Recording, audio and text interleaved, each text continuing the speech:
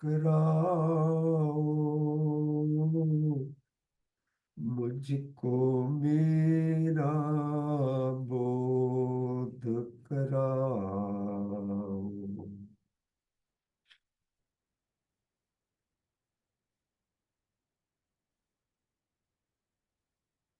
शुभ हो, शुभ हो।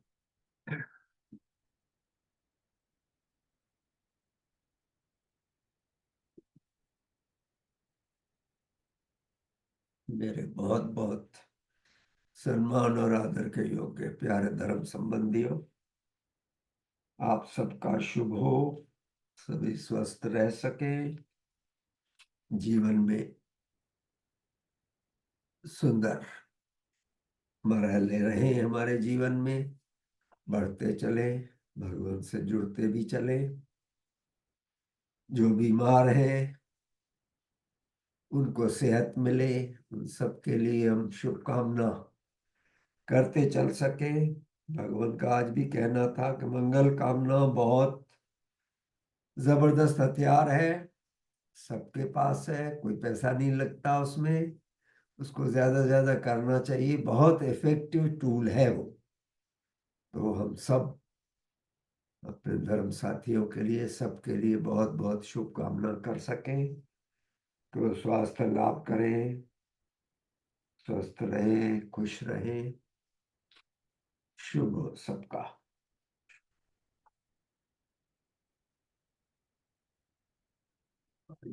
अच्छा, भगवान का कहना है कि हम सभी इस विश्व के अंश हैं। विश्व एक है, हम सभी इसके अंश हैं, इसीलिए हमारा सबसे संबंध है, रिलेशन है, हमारा रिश्ता है। चार जगतों से बताया गया है, भौतिक जगत, वनस्पति जगत, पशु जगत और मनुष्य जगत। इन चारों से हमारा गहरा रिश्ता है, हर पल हमारा इनसे रिश्ता पक्का रहता है, उसके बगैर हम जी नहीं सकते। तो ये गहरा रिश्ता हमें महसूस करना चाहिए। लेकिन आज हम मनुष्य जगत पे विचार करेंगे कि उनके रिश्तों की क्या अहमियत है।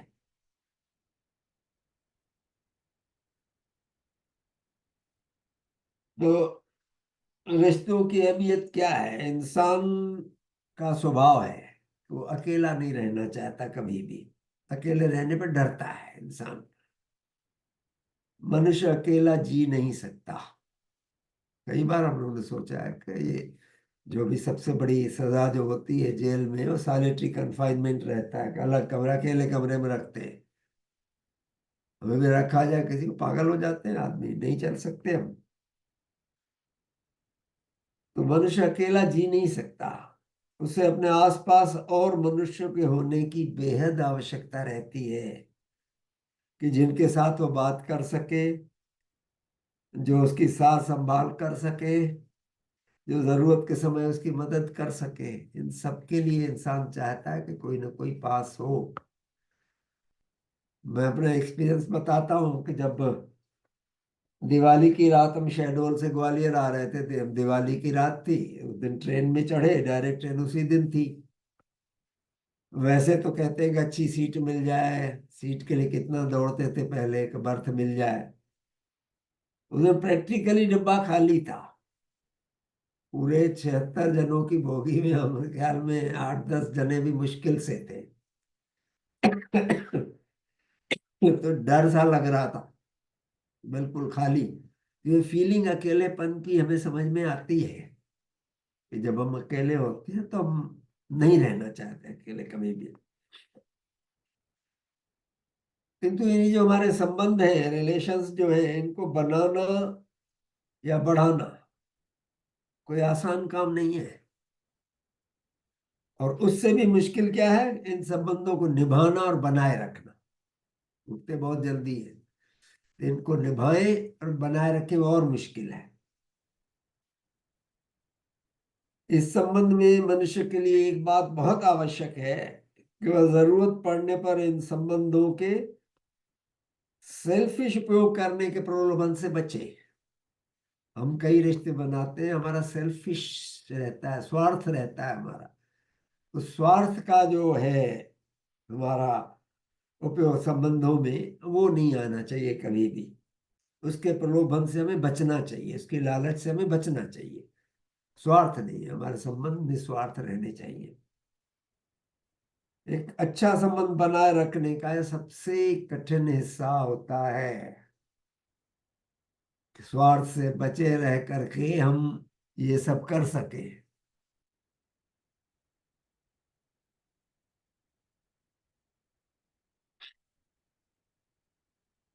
और ये भी बात मानव स्वभाव में है हमारे। आम बात है कि जब हम जन्म लेते हैं तो हमारे पास केवल रिश्तेदार ही होते हैं, माँ बाप या और कोई रिश्तेदार हो, तो वो हमारे जन्म के टाइम पे रहते हैं साथ। कोई दोस्त या साथी नहीं रहता उस समय हमारे साथ, रिश्तेदार ही रहते हैं सगे। उसके अलावा वह इन रिश्तों में उतनी कदर नहीं करता है जितना कि हम अपनी आयु के दोस्तों और साथियों की लालसा करते हैं। रिश्तेदार वो है सगे, लेकिन थोड़े ही बड़े वो उनकी कदर नहीं करते हम। दोस्त चाहिए अपनी उम्र के, और साथियों की लालसा इच्छा करते हैं। लेकिन यह महसूस करना जरूरी है कि सौभाग्य से हमें जो रिश्तेदार मिले हैं वे हर एक के परिवार में नहीं होते। आजकल तो और मुसीबत होती जा रही है कि हम दो, हमारे दो, या आजकल एक बच्चा है घर में, या वो भी नहीं है, डिंग्स है, डबल इनकम नो किड, ये मॉडर्न फैशन है। बच्चे नहीं पैदा करना चाहते तो उनमें रिश्तेदार ही नहीं मिलते, बड़े होके भी नहीं मिलते। हम लोग बहुत खुशकिस्मत हैं कि हमको चाचा है, चाची है, मौसा मौसी, फूफा फूफी सब है, कजिन्स है इतने सारे। आपके जन्म वाले बच्चों का ये है कि उनको चाचा मिलेगा तो बुआ नहीं मिलेगी, बुआ मिलेगी तो चाचा नहीं मिलेगा, माँ के लिए तो मौसा मौसी नहीं मिलेंगे। रिश्ते कजिन्स बहुत कम होते जा रहे हैं। तो रिश्तों की जो अहमियत है वो हमें समझनी चाहिए। इसे बहुत, नहीं तो जीवन में बड़े एक खलाश पैदा हो जाती है रिश्तेदार न हो तो। तो ये जो है सौभाग्य समझना चाहिए कि हमें अगर भाई बहन माता पिता सब मिले हैं, हर एक को नहीं मिलते हैं भाई ये। इसलिए यह फैक्ट हमें समझना चाहिए और उसके लिए शुक्रगुजार होने की बहुत जरूरत है। हमें माता पिता और सभी भाई बहन इतने रिश्तेदार मिले हैं। यानी चाहे करते हम क्या है कि उन रिश्तेदारों से दूर रहने की चाहत करते हैं, दूर रहे कहाँ, इनके साथ इतना रहेंगे। बड़े होते हैं थोड़ा सा, माँ बाप को छोड़े आते हैं जा करके बूढ़ा आश्रम में, या और उनसे भी दूर दूर रहना चाहते हैं। हमें प्रयास करके भी उनसे संपर्क रखना चाहिए। एक मजबूत संबंध हमें बनाना चाहिए इन सबके साथ, और उन्हें अपने जीवन का अभिन्न अंग मानते हुए उनका आभार मानना चाहिए कि जो रिश्तेदार हैं इतने। बहुत सरसता रहती है जीवन में इससे, झगड़े रहते हैं लेकिन सरसता बहुत आती है इससे जीवन में।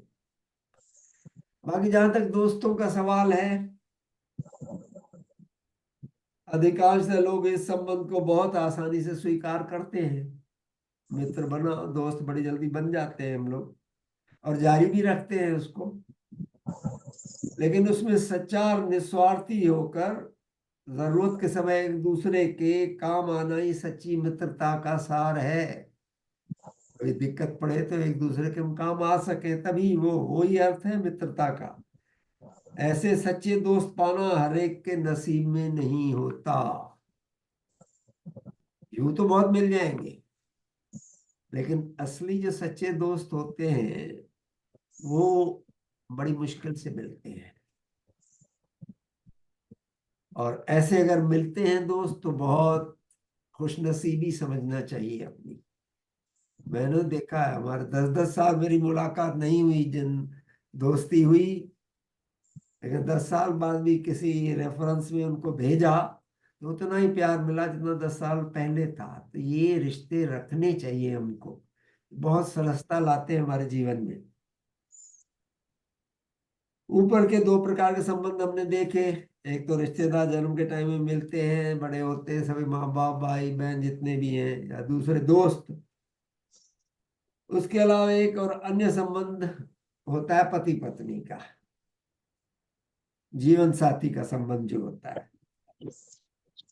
उसमें आवश्यक है कि दोनों एक दूसरे के साथ आदर व प्यार रखना सीखें।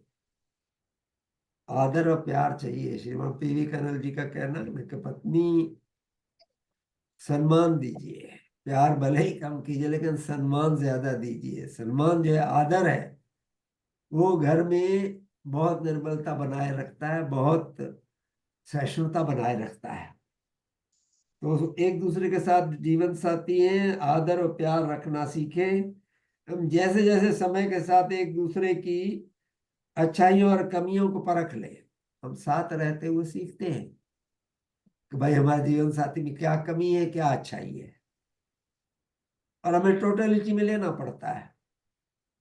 जो भी हैं जैसे हैं, जब जीवन साथी बने हैं तो जो भी है एक दूसरे के उनको एडजस्ट करना पड़ता है, हमारी कमियों को भी अच्छाइयों को भी। तो उनको साथ रहते हुए एक दूसरे को परख लेते हैं लंबे टाइम तक। तो उन्हें यथावश्यक रूप से स्वीकार करते हुए रिश्ते में एक लय और संतुलन बनाकर रखना चाहिए, बहुत जरूरी है। यह बात निभाना इस रिश्ते का सबसे कठिन हिस्सा है, लेकिन अगर यही रहा तो अंत में सबसे ज्यादा प्यारा रिश्ता भी यही रहता है। भाई वो आते हैं ना, कविताएं वगैरह आती हैं कि भाई बुढ़ा लड़ हम भले ही ले, लेकिन बुढ़ापे में एक दूसरे के पैर के नाखून तो हम ही एक दूसरे के काटेंगे ना, और कौन काटेगा आकर के। तो झगड़ा हो सकता है, कोई बात नहीं, तो देख लिया एक दूसरे का, जब स्वभाव देख लिया तो उसमें एक लय आ जानी चाहिए, संतुलन आ जाना चाहिए। ये तीसरा पति पत्नी का रिश्ता है जो हमें निभाना सीखना चाहिए। और एंड में आता है अपने भगवान या गुरु के साथ संबंध। बहुत जरूरी संबंध है ये भी। ये एक ऐसा संबंध है जिसका महत्व अब तक तो बहुत लोग नहीं समझते। गाते कई हैं कि गुरु गोविंद दोनों खड़े का के लागू पाए, बलियारी गुरु आपने जो गोविंद दियो बताए। मालूम है सबको है, लेकिन गुरु से उतना रिश्ता महसूस नहीं करते। इसका महत्व बहुत ही कम लोग जानते हैं, नहीं समझते। यह संबंध सभी संबंधों से अधिक महत्वपूर्ण है, इंपॉर्टेंट है, क्योंकि यही संबंध हमारी आत्मिक सफलता और आत्मिक स्तर को निर्धारित करता है। जितना हमारा गुरु से संबंध निकट का होगा, रिश्ता जितना निकट का होगा, उतना हमारी आत्मिक सफलता और आत्मिक स्तर को सेटल करेगा, ये बढ़ाएगा, कैसा रहेगा, कितना हमारा रिश्ता है। और हम सभी समाज में रहे हैं, मिशन में हैं, तो ये ज्ञान जो मिला है उसके कारण अन्य नए लोगों की अपेक्षा हम अधिक जल्दी समझ सकते हैं, इसको आसानी से समझ सकते हैं कि गुरु का संबंध कितना जरूरी है हमारे जीवन में।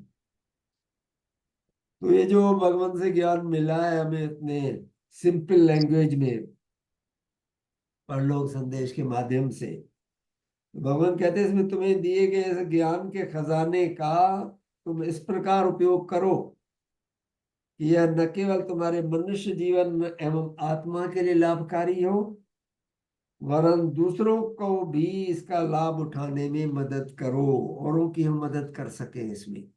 ऐसा हमारा गुरु से रिश्ता रहना चाहिए।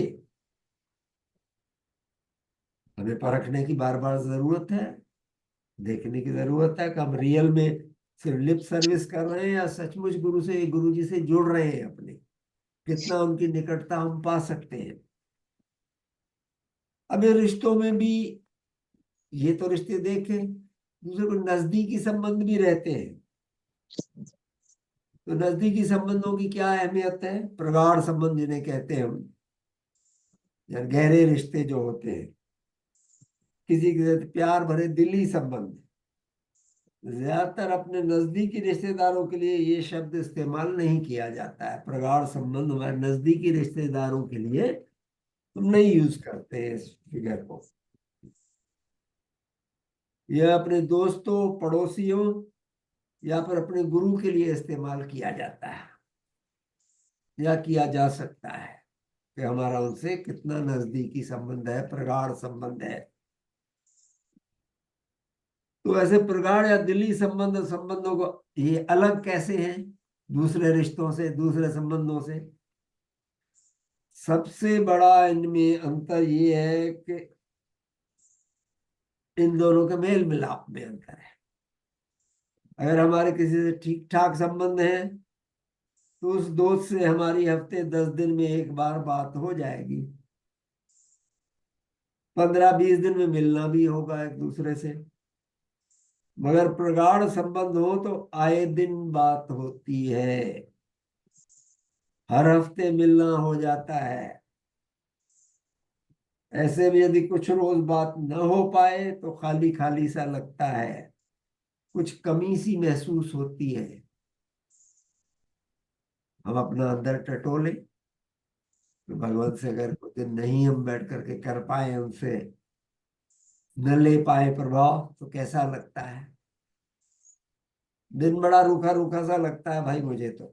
अगर नहीं बैठ सके भगवान के साथ कुछ देर, नहीं पूजा का साधन नहीं कर सके, थोड़ा जैसे ना कुछ समथिंग मिसिंग लगता है कि कुछ चीज मिस हो रही है, दिन में नहीं है। तो ऐसे प्रगाढ़ संबंधों का फायदा क्या है?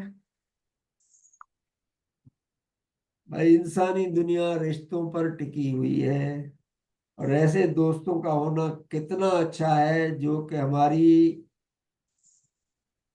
दोस्ती की कदर करते हैं, हमारे लिए बिना बोले मंगल कामना करते हैं,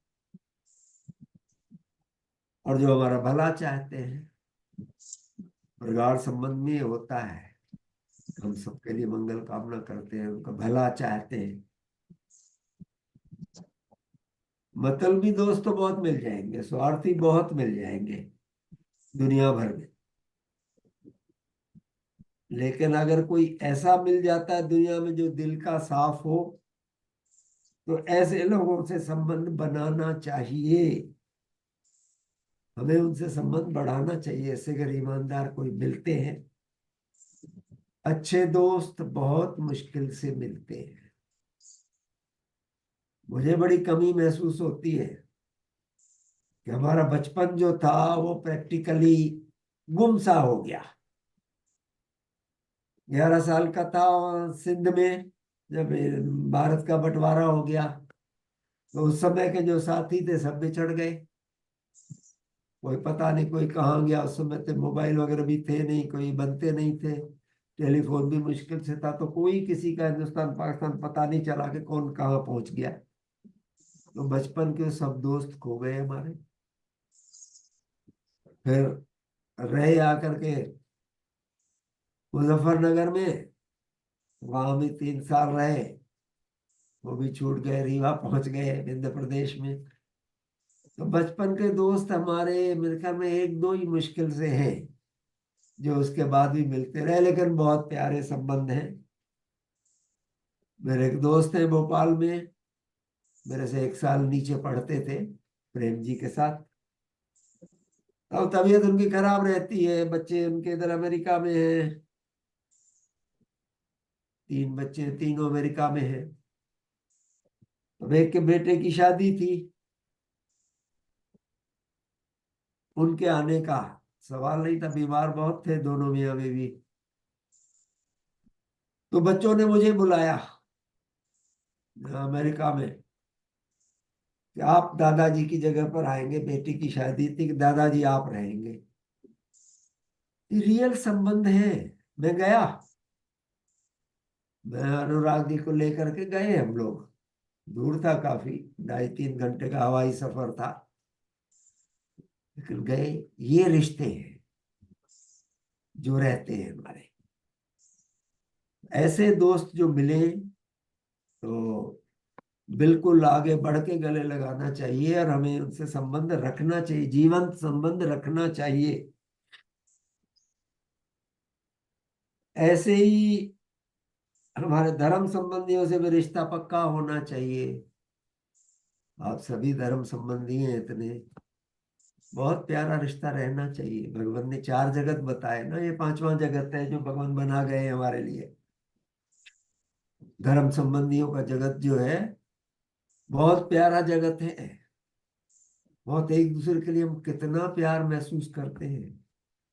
किसी भी धर्म संबंधी के अगर मिलते हैं, पहुंचते हैं, कितना प्यार मिलता है, कितना आदर मिलता है, कितना सम्मान मिलता है।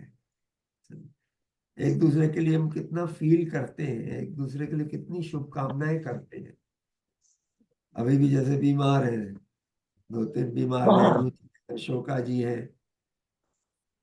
अब आज शशि जी का मालूम पड़ा है। सबके लिए दिल से दुआ निकलती है, दिल से दुआ निकलती है सबके लिए कि जल्दी स्वास्थ्य लाभ मिल सके। और फिर वही बात मैं रिपीट कर रहा हूँ कि दुआ वो कबूल होती है जो दिल से निकलती है, लेकिन मुश्किल ये है कि बड़ी मुश्किल से निकलती है भाई। कितने हम दिल से दुआ मांग रहे हैं, मंगल कामना किसी के लिए कर रहे हैं, वो असर करती है, बहुत जोरदार असर करती है। तो धर्म संबंधियों के साथ हमारा रिश्ता पक्का होना चाहिए। अच्छी संगत की तरफ हमें खिंचाव होना चाहिए, बुरी संगत से घृणा होनी चाहिए। वो गिराती है, ये उठाती है। अपने धर्म संबंधियों से प्रगाढ़ संबंध रखना इंसान के लिए बहुत फायदेमंद है। इससे वह आप सही राह पर चलता है। एक दूसरे से अगर हम बात करते रहते हैं, मिलते रहते हैं, फोन पे बात हो जाती है या कोई मैसेजेस करते रहते हैं एक दूसरे को, तो वो हमें सही राह पर रखने में मदद करते हैं इस तरह की बातें। इससे हम अपने आप सही राह पर चलते हैं। यह एक दूसरे पर संतुलन प्रक्रिया बनाने जैसा है। बैलेंस बनाए रखते हैं। हम एक दूसरे से जितना निकट संबंध महसूस करते हैं धर्म संबंधियों से, वो हमें संतुलन की प्रक्रिया देता है, बैलेंस देता है हमारे जीवन में। अच्छाई की तरफ हम चलते हैं। बहुत महत्व है हमारे धर्म साथियों का। ये जो 5वां जगत है इसका बहुत महत्व है, और हमें एक दूसरे के साथ ये सदैव ज्यादा से ज्यादा महसूस करना चाहिए हमें। अब इसके आगे अपने गुरु या भगवान से प्रगाढ़ संबंध रखना बहुत जरूरी है। गुरु के साथ नजदीकी प्रगाढ़ संबंध होना चाहिए हमारा। इंसान के जीवन में पल पल नीच राग, नीच भाव, नीच सुख आते रहते हैं। क्या क्या आता है? नीच राग, नीच भाव, नीच सुख हमारे जीवन में आते ही रहते हैं। कितना भी करें हम, दिमाग में आ ही जाते हैं, विचार हमारे रुकते नहीं है कभी भी। एक पक्का संबंध गुरु से ऐसे में इंसान की संभाल करता है। वो इंसान का पथ प्रदर्शक रहता है। गुरु से प्रगाढ़ संबंध अगर रहता है हमारा, तो इन सब बातों से बचाता है हमें। जब हम अपने गुरु या भगवान को करीब से महसूस कर सकेंगे, तो नीच गतियां करने से हम खुद ही बचते रहेंगे। नहीं करेंगे नीच गतियां, दूर रहेंगे उन सब से। होता है कहीं भी हम गलत विचार लाते हैं तो भगवान का फौरन ध्यान आता है, नहीं ये गलत है। फीलिंग जो है, विचार ही हमारे कर्म का पहला स्टेप है। गुरु से प्रगाढ़ संबंध इसमें बहुत बचत देता है, बहुत हमारी रक्षा करता है। तो इसलिए इंसान को, हमें सबको जरूरत है प्रगाढ़ संबंधों की भी। वो रिश्ते तो हैं पहले वाले जो देखे, इन प्रगाढ़ संबंधों की बहुत जरूरत है हमें। इंसान के लिए बहुत जरूरी है कि वह अपने दोस्तों से, धर्म संबंधियों से, अपने गुरु या भगवान से नजदीकी संबंध बनाए रखे और अपने जीवन को बेहतर बनाता चले। बहुत जरूरी है हमारे लिए। अब इसके आगे आता है, ठीक है, संबंध तो हमने देख लिए, कुछ समझ भी लिए। अब ये संबंध हमें बनाए भी रखने चाहिए। केवल है हमारे संबंध ये नहीं, उनको बनाए रखने के लिए भी कुछ प्रयत्न प्रयास करने पड़ते हैं हमें। तो आज उसको देखते हैं। संबंध तोड़ना बहुत इजी है, जोड़ना बहुत मुश्किल है। कोई भी चीज जो है बनने में बहुत समय लेती है, लेकिन तोड़ने में नहीं लगता। मकान बनाने में हमारे कितने महीने लग जाते हैं, साल साल भर लग जाता है मकान पूरा होने में। लेकिन अगर उसको तोड़ना है तो मशीन बुला करके हम एक दिन में उसको तोड़ के बराबर कर सकते हैं। हमारे योगी जी चलवाते रहते हैं ना अपना बुलडोजर, धड़ाधड़। यहाँ अभी बांग्लादेश में हुआ है, कितना नंगा नाच हो रहा है। संबंध थे भाई उनका, राष्ट्रपिता उनका, जैसे हमारे महात्मा गांधी जी, वहां उनका मुजीबुर रहमान के बड़े बड़े वो पुतले बने हुए, वो ला करके तोड़ करके गिरा दिए गए। इंसान की नफरत का कोई ठिकाना नहीं है। संबंध अपना नहीं महसूस करते। कितनी मारकाट मची थी जब ये पाकिस्तान से हुआ था, और फिर इंडिया ने ही उनको बचाया। लेकिन अब सब हिंदुओं के पीछे पड़े हैं वहां। संबंध महसूस नहीं करते, इसी का फल है। तो कोई इसकी थैंक्स नहीं महसूस कर रहे हैं। वो सिर्फ मारकाट में बचे हुए हैं। अपने उन्हीं राष्ट्रपिता जिन्होंने नया राष्ट्र बना के दिया, उनके ही सब बुत गिरा रहे हैं, उनके ही फोटो तोड़ तोड़ के फेंक रहे हैं। तो भाई बनाना मुश्किल होता है, तोड़ना बड़ा इजी है। और यही बात लागू होती है जिंदा चीजों पर। जैसे कोई हमने पौधा लगाया, बहुत सर्दी या बहुत गर्मी आ गई, हमने पानी वानी नहीं दिया, तो 2-3 दिन में मर जाएगा। उगने में टाइम लेगा। बीज डालते हैं, एक पत्ता, दूसरा पत्ता, तीसरा, एक एक पत्ता देख के कितनी खुशी मिलती है हमें। मैं तो अपने गमलों में जो बोता हूँ सब्जी वगैरह, एक एक पत्ती देख के बड़ी खुशी मिलती है कि आज ये निकल आई, आज 2 पत्ती और निकल आई इसमें, हरी भरी पत्ती खड़ी है उसमें। लेकिन दिन लगते हैं भाई। पौधा ही जो है नहीं देंगे हवा पानी प्रॉपर तो मर जाएगा। कितने हफ्ते तक उसका ख्याल रखना पड़ता है हमें, तब जाकर उसमें फूल आते हैं। उसके बाद फैलाते हैं। 2-4 दिन पानी देना भूल जाए, मर जाएगा पौधा। तो ऐसा ही हाल हमारे संबंधों का भी है। उदाहरण के लिए कहते हैं कि शादी, कितना समय, प्यार और परस्पर समझ लगती है दो लोगों को एक दूसरे के करीब आने में। 3 शब्द हैं कि कितना समय, प्यार और परस्पर समझ लगती है दो लोगों को एक दूसरे के करीब आने में। माँ बाप शादी तो करा देते हैं, सामान भी ले देंगे, सब ले देंगे, रिश्ता तो उन्हें निभाना है ना आपस में। उसमें हमें समय लगता है, प्यार भी कर लगता है, परस्पर समझ भी चाहिए। लगातार कितनी मेहनत लगती है एक शादी को खुशहाल रखने के लिए। और छोटी छोटी बातों से चालू हुए झगड़े, ये छोटी सी बातों से आई कड़वाहट एक बड़े से झगड़े का रूप ले लेती है। जरा जरा सी बातें रूप ले लेती हैं बड़े झगड़े का, जो कि शादी को कुछ ही महीनों में तलाक की कगार पर लाकर खड़ी कर देती है। शक, शक की बीमारी बहुत परेशानी कुन होती है। वो गजल है ना, अपने शक और शुबा को जीवन में आने न दीजिए, ये लाइलाज मर्ज है, इसकी दवा नहीं। पति पत्नी के रिश्ते में शक नहीं आनी चाहिए। इसकी कहते हैं, लुकमान हकीम के पास भी इसका इसकी दवा नहीं है। लुकमान हकीम बहुत बड़े हकीम थे, हर मर्ज की उनके पास दवा थी, लेकिन शक शुबह की दवा नहीं थी। पति पत्नी में अक्सर ये जो एक कारण है, ये बहुत बड़ी लड़ाई का कारण बनता है, बहुत बड़ी तलाकों का, बड़े डाइवोर्सेस का कारण बनता है। इन सबसे बचने की बहुत जरूरत है भाई। संबंधों को बनाए रखने के लिए ये चीजें हमें, इनमें समय, प्यार, परस्पर समझ देनी पड़ेगी। ये खाद पानी है। किसी भी पौधे को हम खाद देते हैं, पेस्टिसाइड लगाते हैं, ये करते हैं, कीड़ों से बचाते हैं ना, सब करते हैं, तब जाके पौधा बड़ा होता है, हमें फल देता है। वैसे ही जीवन भी जो है, शादी में हमें संभालना तो पड़ेगा भाई सबके साथ।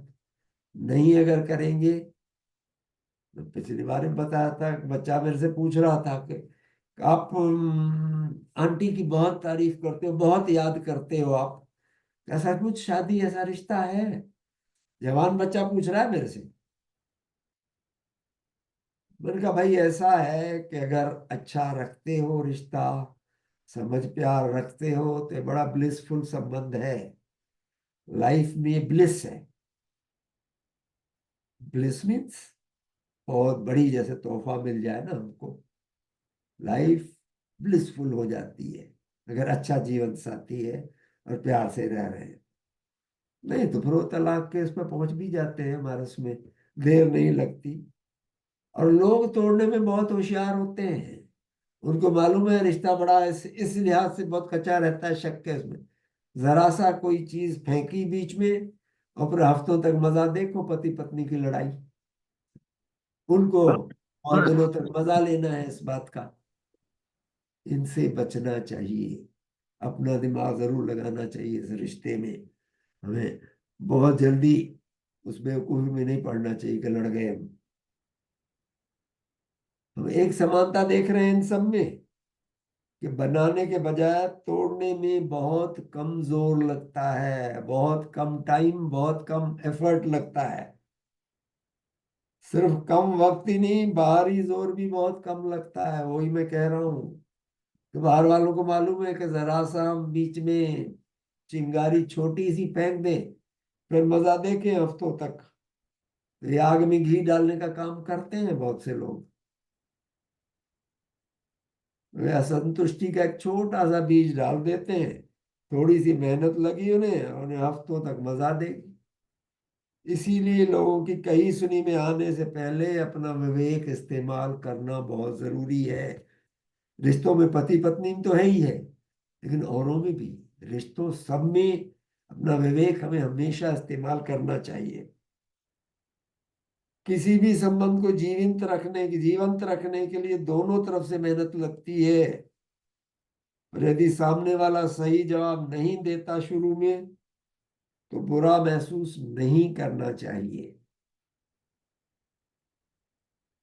हम संबंध रखना चाहते हैं ना, तो अपनी आत्मिक जरूरत पूरी करने के लिए सिर्फ वही स्वार्थ भरा कारण ही काफी है एक तरफ से रिश्ता बनाए रखने के लिए।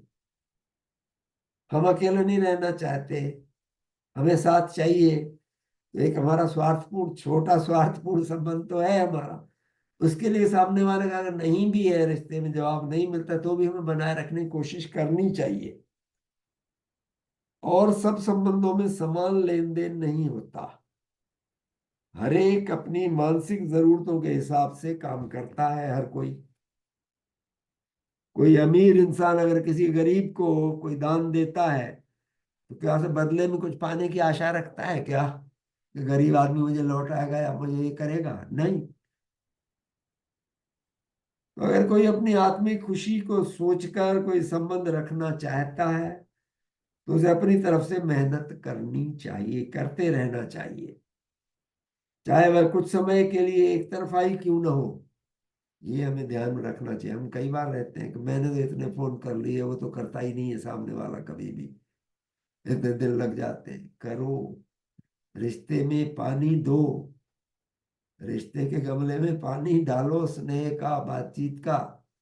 कभी भी उसमें पौधा फूट निकलता है भाई, बहुत फूट निकलता है। तो ये हमें सदैव रखना चाहिए। इसके लिए हमें संबंध बनाए रखने का प्रयास हमें सदैव करना चाहिए। क्या कह रहे हैं इसमें अंत में भगवान? तो हमेशा अपनी अंतरात्मा को अपना चालक बनाए रखो। विवेक को, अपने अपने अंतरात्मा को अपना चालक बनाए रखो।